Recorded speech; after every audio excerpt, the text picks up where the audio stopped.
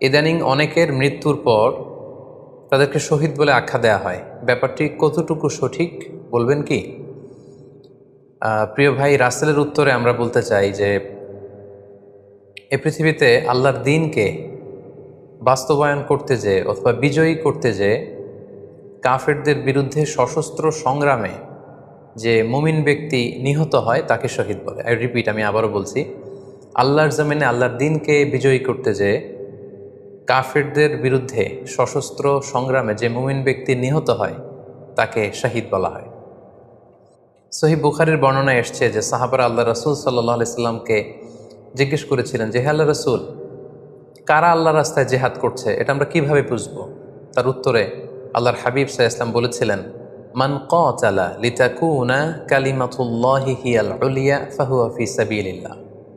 যে ব্যক্তি আল্লাহর দ্বীনকে, আল্লাহর বিধানকে কিংবা আল্লাহর আইনকে বাস্তবায়নের জন্য, আল্লাহর দ্বীনকে বিজয়ের জন্য যে সংগ্রাম করে যাচ্ছে সেই আল্লাহর রাস্তায় আছে। আর সে আল্লাহর রাস্তায় থাকা অবস্থায় যদি কেউ মৃত্যুবরণ করে বা নিহত হয় তাকেই ইসলাম শহীদ বলে ঘোষণা করেছে। তবে সেক্ষেত্রে একটি শর্ত রয়েছে, সেটি হচ্ছে দুন আগরাদিন মিন আগরাদিদ দুনিয়া। দুনিয়ার কোনো কারণে, দুনিয়ার কোনো লোভে পড়ে, দুনিয়ার কোনো স্বার্থের জন্য যদি কেউ আল্লাহ রাস্তায় জেহাদ করে মৃত্যুবরণও করে, সে শহীদের কোনো মর্যাদা বাদাম আল্লাহ তাআলার কাছে নেই। কেননা আমরা হাদিস থেকে জেনেছি অনেক শহীদ কিয়ামতের ময়দানে আল্লাহ তাআলা তাদেরকে জাহান্নামে ফেলে দিবেন। আল্লাহ বলবেন যে, তুমি তো দুনিয়াতে জেহাদ করেছিলে যে মানুষ তোমাকে বীর বলবে, মানুষ তোমাকে সাহসী বলে ঘোষণা দিবে, বাহাবা পাওয়ার জন্য তুমি জেহাদে অংশগ্রহণ করেছিলে এবং সেখানে নিহত হয়েছ। তো তুমি নিহত হওয়ার পরে মানুষ তো তোমাকে বীর বলেছে, বাহাবা দিয়েছে, সাবাস বলেছে, যে কারণে তুমি এই জেহাদে অংশগ্রহণ করেছো সেটা দুনিয়াতেই তুমি পেয়েছো। তো আমার কাছে তুমি কি চাও? আমার কাছে তোমার জন্য কিছু নেই। Go to the hell fire, জাহান নামে যাও।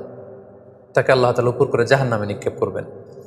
তো এজন্য শর্ত হচ্ছে যে দুনিয়ার কোনো স্বার্থে নয়, শুধুমাত্র কেবলমাত্র আল্লাহর দ্বীনকে আল্লাহর জমিনে বিজয়ী করার জন্য যদি কেউ সশস্ত্র সংগ্রামে নিহত হয় তাদেরকে শহীদ বলা হয়। এখন প্রশ্ন হচ্ছে, যারা কাফেরদের বিরুদ্ধে জেহাদ করতে যেয়ে যুদ্ধে নিহত হলো তারা শহীদ, তারা ছাড়া কি আর কেউ শহীদ হতে পারবে না? এই প্রসঙ্গে আমরা বলবো যে বেসিকলি ইসলামী শরিয়াতে শহীদ দুই ধরনের। ইবনু হাজার আল আসকালানি উনিও শাহাদাতের প্রকারভেদ করতে যেয়ে বলেছেন যে শহীদ দুই প্রকার। একটা হচ্ছে শাহিদুদ দুনিয়া ওয়াল আখিরা, যেটা আমরা বলেছি যারা আল্লাহর রাস্তায় নিহত হয়েছে তারা। আরেকটা হচ্ছে শাহিদুল আখিরা, যারা দুনিয়াতে আল্লাহর রাস্তায় নিহত হয়নি কিন্তু পরকালে তারা শাহাদাতের মর্যাদা লাভে ধন্য হবে। প্রথম প্রকার হচ্ছে শাহিদুদ দুনিয়া ওয়াল আখিরা, যেটাকে আমরা বলি শাহাদাতে হাকিকি, মানে প্রকৃত শহীদ। এরাই হচ্ছে মূলত শহীদ। এদেরকে আল্লাহ তাআলা মৃত বলতে নিষেধ করেছেন। আল্লাহ তাআলা বলেছেন, ওয়ালা তাকুলু লিমান ইউকতালু ফি সাবিলিল্লাহি আমওয়াত বাল আহইয়া ওয়ালাকিন লা তাশউরুন। যারা আল্লাহর রাস্তায় জীবন দিয়ে নিহত হয়েছে তাদেরকে তোমরা মৃত বলো না, বরং তারা জীবিত।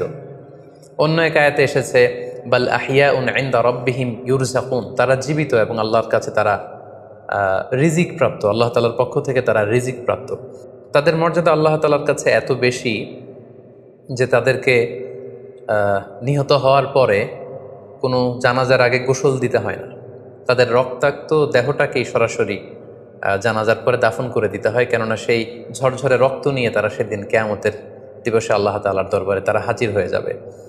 এবং আমরা যদি কোরআনের দিকে তাকাই, কোরআন আমাদেরকে জানিয়েছে, আনা আমাল্লাহু আলাইহিম মিনান নাবিয়িন ওয়াস সিদ্দিকিন ওয়াশ শুহাদাই ওয়াস সালিহিন, মানে সবচেয়ে শ্রেষ্ঠ তাবাকা বা দারাজা হচ্ছে নবীদের দারাজা, নবীদের পরে হচ্ছে সিদ্দিকিনদের দারাজা, এবং সিদ্দিকিনদের পরেই যাদের মর্যাদা আল্লাহ তাআলার কাছে সবচাইতে বেশি তারা হচ্ছে শুহাদা।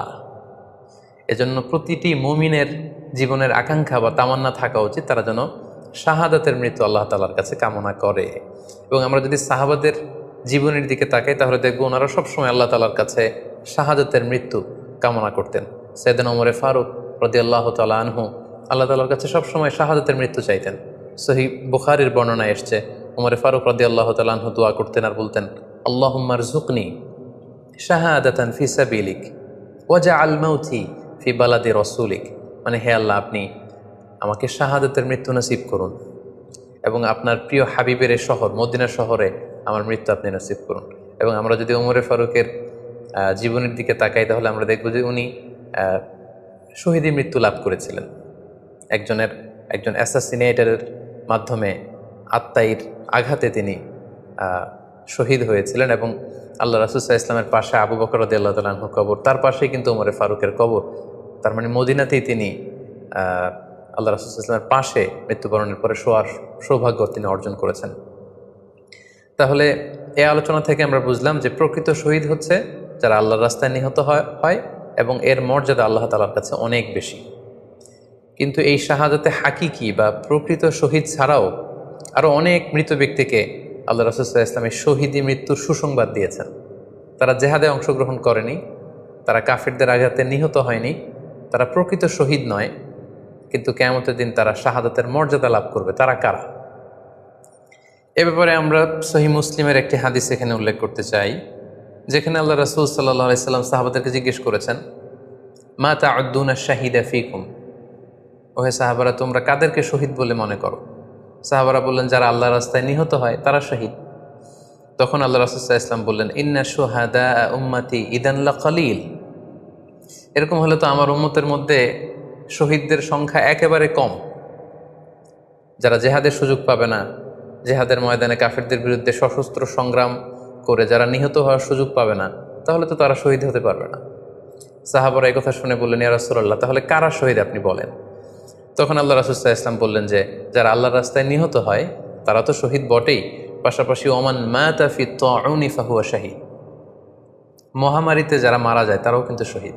প্লেগ রোগে বা মহামারীতে, এই যে করোনা ভাইরাসের সময় যারা ঈমানের সাথে ইন্তেকাল করেছে তাদেরকেও আল্লাহ তাআলা শাহাদাতের মর্যাদা দান করবেন।